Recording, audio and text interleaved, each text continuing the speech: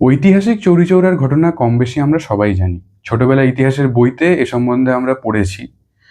আশা করি সবাই মোটামুটি একটা ধারণা আছে। তাও কিছুটা মনে করিয়ে দিই। সারা ভারত জুড়ে গান্ধীজির যখন অসহযোগ আন্দোলন চলছিল, তখন উত্তরপ্রদেশের চৌরিচৌরাতে একটা ঘটনা ঘটে। যেটা হচ্ছে কোনো একটা কারণে হঠাৎ করেই অনেক জনতা হিংসাত্মক হয়ে ওঠে এবং তারা পুলিশ থানায় আগুন ধরিয়ে দেয়, যার ফলে 6 জন পুলিশের মৃত্যু হয় সেই স্থানে।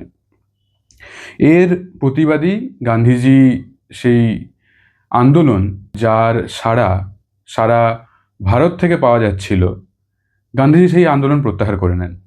এবং এটা ঠিক না ভুল, এটা নিয়ে আজও অনেক তর্ক বিতর্ক হয়। কিন্তু সেদিন কি ঘটেছিল সেটা আমরা সেইভাবে জানতে পারি না, বা আমরা মোটামুটি এতটাই জানি। আমি একটা বই পড়ছিলাম, ওরা আকাশে জাগাতো ঝড়, শৈলেশদের লেখা। এখানে আমি তার কিছুটা উল্লেখ পেলাম, এবং যেটা পেলাম সেটা আমি পড়ে শোনাচ্ছি। এটা ঠিক না ভুল, যারা ঠিক মনে করবেন তারা ঠিক মনে করুন, যারা ভুল মনে করবেন তারা গল্পের মতো এটাকে শুনতে পারেন।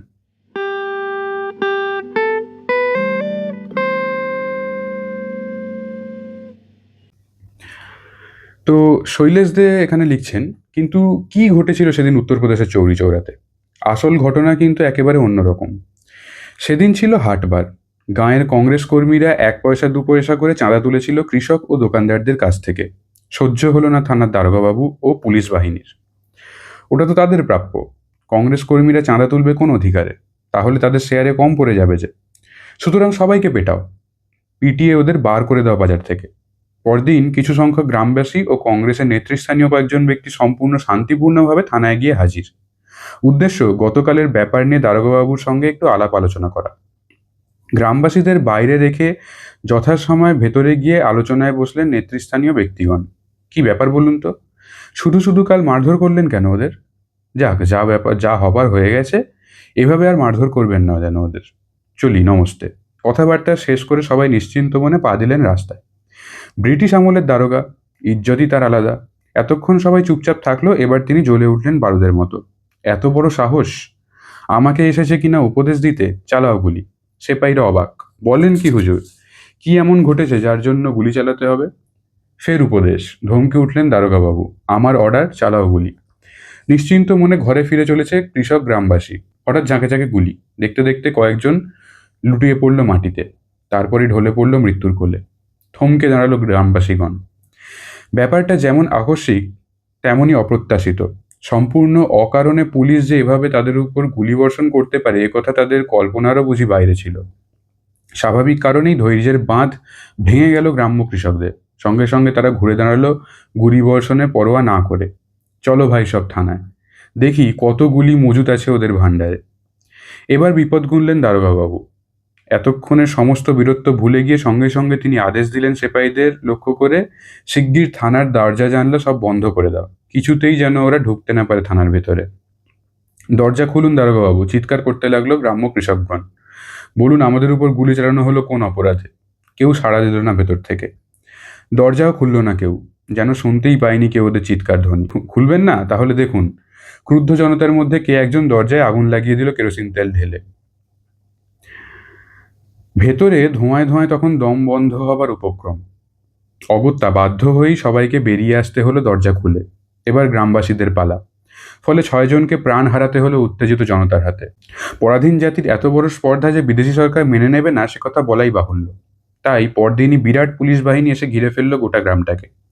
সর্বসমেত গ্রেপ্তার করা হলো 228 জনকে। বোধহয় হিসেব ঠিক রাখার জন্যই তাদের মধ্যে 6 জনকে হত্যা করা হলো নির্মমভাবে প্রহার করে। বাকি সবার স্থান হলো পুলিশ হাজতে। এখানে দেখা দরকার, আহ, 6 জন পুলিশ মারা হয়েছিল, এবং তার ফল কি হলো না, 6 জনকে নির্মমভাবে সেখানে পিটিয়ে হত্যা করা হলো। এবার বিচারক হিসেবে মিস্টার হোম এর দক্ষতা সম্বন্ধে কোনো প্রশ্ন ওঠে না। শুরুতে আসামির সংখ্যা ছিল 228 জন। 6 জন নিহত হওয়ার পর এবার সংখ্যা দাঁড়ালো 222-এ।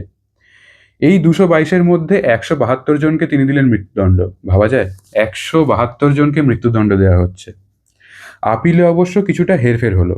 শেষ পর্যন্ত মোট ১৯ জনকে ঝুলতে হলো ফাঁসির দড়িতে, বাদ বাকি সবার দীর্ঘমেয়াদী কারাদণ্ড। নিঃসন্দেহে এটা একটা রেকর্ড। রাসবিহারীর সেনা বিদ্রোহের প্রচেষ্টায় বহু তরুণ ফাঁসি মঞ্চে প্রাণ দিয়েছিলেন, একথা সত্য, কিন্তু সবই বিভিন্ন মামলায়। কিন্তু ভারতবর্ষের স্বাধীনতা আন্দোলনের ইতিহাসে একই মামলায় ১৯ জনকে ফাঁসি দেবার নজির আর কোথাও দেখেছি বলে আমার মনে পড়ে না। কোথাও ঘটে থাকলেও আমার অন্তত তা জানা নেই। তাহলে নিটফল কি দাঁড়ালো? গান্ধীজি তার আন্দোলন প্রত্যাহার করে নিয়েছিলেন চৌরি চৌরার ঘটনাকে কেন্দ্র করে। তারপর যথারীতি অনশন।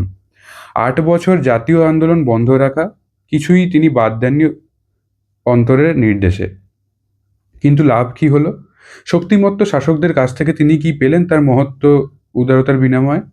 চৌরি চৌরার ঘটনা একথাই কি প্রমাণ করে দেয়নি যে অহিংসার অন্তর্নিহিত শক্তি দিয়ে আর যাই করা হোক না যাক না কেন, সাম্রাজ্যবাদী চরিত্র পাল্টানো যায় না?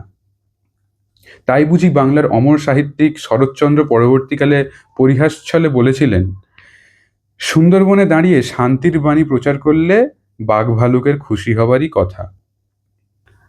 অবশ্য ইংরেজ সরকারের মতে জনসাধারণের মধ্যে গান্ধীজির ভাবমূর্তি বজায় রাখার জন্য সরকার নাকি সেদিন অনেক কিছু করেছেন দয়া পরবেশ হয়ে। এর বলে ইংলিশে একটা দেওয়া আছে একটা বই থেকে উদ্ধৃতি, যেটার বইটার নাম হচ্ছে last years of British India, Michael Edwards, page number 57। তার তর্জমাটা বলছি। ব্রিটিশ জানতো যে গান্ধীর কাছ থেকে তাদের ভয় পাবার মতো কিছু নেই, কারণ প্রকৃতপক্ষে তিনি পাশ্চাত্য সভ্যতা বিরোধী একজন সংস্কারক মাত্র। যতক্ষণ গান্ধী কংগ্রেসে কর্ণধার থাকছেন ততক্ষণ তারা নিঃসন্দেহ ছিল যে কংগ্রেসের মধ্যে তাদের একজন বন্ধু রয়েছেন। যতক্ষণ তার অসহযোগ আন্দোলন অহিংস থাকছে ততক্ষণ পর্যন্ত তা নিয়ে সরকারের খুব একটা মাথা ব্যথা ছিল না, কারণ আন্দোলনে ক্ষতি ভারতীয়দেরই। গান্ধীর উদ্দেশ্য হিংসাত্মক সংগ্রামকে দাবিয়ে রাখা, সরকারের উদ্দেশ্যও ছিল ঠিক তাই। তাছাড়া ছোটখাটো ২-৪টি হিংসাত্মক ঘটনাকে দমন করার ক্ষমতা তাদের ছিল। কিন্তু গান্ধী যদি কংগ্রেস নেতৃত্বে না থাকেন তাহলে এই সংগ্রামী প্রতিষ্ঠান এমন লোকের হাতে যেতে পারে যারা অনেক বেশি গতিশীল ও সহিংস আন্দোলনের সমর্থক। তাদের চেষ্টায় কোনো সর্বাত্মক বিদ্রোহ ঘটলে তাকে দমন করার সাধ্য সরকারের ছিল না। তাই সরকার চাইতেন যে গান্ধী কংগ্রেসের নেতৃত্ব পদে অধিষ্ঠিত থাকুন। এই কারণেই সরকার গান্ধীর প্রতি সবসময় সম্মানজনক ব্যবহার করতেন এবং জনচিত্তে যাতে তার সংগ্রাম মূর্তি ম্লান না হয়ে যায়, পাছে লোকে মনে করে তিনি ব্রিটিশের বন্ধু, সেই জন্যই মাঝে মাঝে তাকে গ্রেফতার করে জেলে আটকে রেখে তার মর্যাদা বাড়িয়ে দিতে সাহায্য করতেন। এবার আপনারা ভাবুন, এটাকে আপনারা ঠিক মনে করবেন না ভুল মনে করবেন। আমি তো জাস্ট এখানে শৈলেশ দে যা বলতে চেয়েছে সেটাই এখানে বললাম। বাকি চিন্তাভাবনা কি করবেন সেটা আপনাদের উপর ছেড়ে দিলাম। এই ধরনের ভিডিও আপনাদের কেমন লাগছে জানাবেন। বইয়ের রিভিউ তো দিতেই থাকি, এই বইয়ের রিভিউও আসবে। এই বইগুলো খুব একটা পাওয়া যায় না, পুরানো বই এগুলো কিনি। তার সঙ্গে সঙ্গে যদি এইভাবে বইয়ের মধ্যে কি তথ্য আছে সেইগুলো যদি এইভাবে এরকম ভিডিওর মাধ্যমে তুলে ধরি তাহলে আপনাদের কেমন লাগছে সেটাও জানাবেন। এবং এই যে উদ্ধৃতিটা পড়লাম বই থেকে, এটা সম্বন্ধে আপনাদের কি মতামত সেটাও জানাতে ভুলবেন না কমেন্টে। নমস্কার।